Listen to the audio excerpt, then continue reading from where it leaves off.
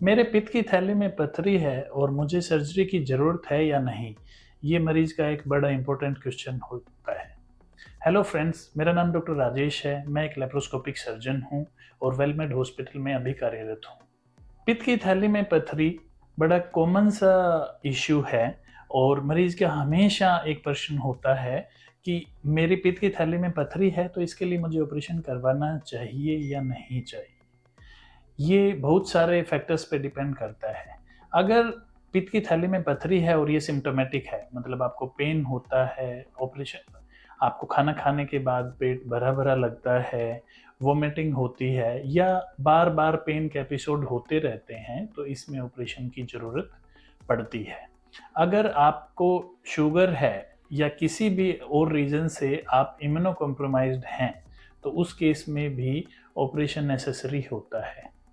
और अगर हम नॉर्थ इंडिया की बात करें तो पित्त की थैली का कैंसर भी होता है और लंबे समय तक पित्त की थैली में पथरी रहने के कारण कैंसर बन सकता है, इसलिए ऑपरेशन की ज़रूरत पड़ती है। पित्त की थैली में पथरी है, इसको कंफर्म करने के लिए अल्ट्रासाउंड एक नॉर्मल सी इन्वेस्टिगेशन है और लीवर के टेस्ट की ज़रूरत होती है। अगर और कोई इश्यू है तो डॉक्टर जांच करके सीरम एमाइलेज एक ब्लड टेस्ट होता है, सीबीसी का ब्लड काउंट्स होते हैं, ये सारे टेस्ट करवा के ये जज किया जा सकता है कि अभी क्या इश्यू चल रहा है।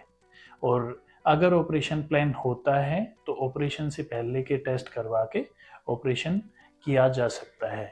ऑपरेशन की रिकवरी बड़ी अच्छी होती है क्योंकि आजकल हम सारे ऑपरेशन दूरबीन से करते हैं और पेशेंट जो है अगर सुबह एडमिट होता है तो सुबह ऑपरेशन करके दोपहर तक पेशेंट घूम फिर रहा होता है, शाम को लिक्विड डाइट ले लेता है, अगले दिन सुबह तक छुट्टी हो जाती है।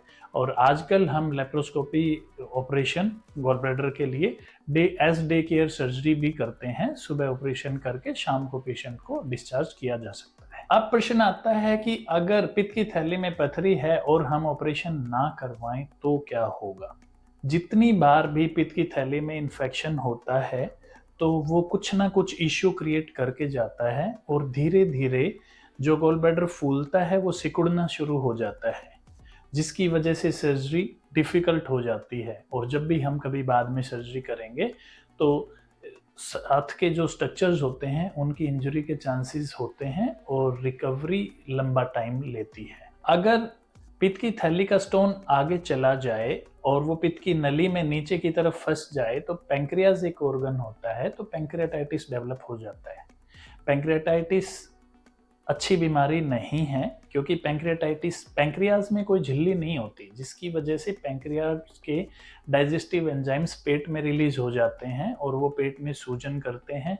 पैंक्रियाटाइटिस 2-4 दिन में ठीक होने से लेकर माइल्ड, कुछ टाइम लग के 10-15 दिन में ठीक होने से लेकर मॉडरेट और इवन सीवियर और जानलेवा भी हो सकती है। इसलिए मेरी आपसे गुजारिश है, अगर आपने अल्ट्रासाउंड करवाया है और पित्त की थैली में पथरी है और आपको पेट में ऊपर की तरफ दर्द होता है, वॉमिटिंग होती है या आंखें पीली लगती हैं, ऐसा कोई सिम्टम है तो अपने डॉक्टर से मिलें, जांच करवाएं, उनसे ट्रीटमेंट पार्ट डिस्कस करें कि क्या ट्रीटमेंट रिक्वायर्ड है या नहीं है और आगे का ट्रीटमेंट प्लान करें। अधिक जानकारी के लिए आप वेलमेड हॉस्पिटल की रिसेप्शन पे अपॉइंटमेंट लेके मेरे से यानी डॉक्टर राजेश से मिल सकते हैं और हम इस बारे में सारी जानकारी आपको देंगे। धन्यवाद।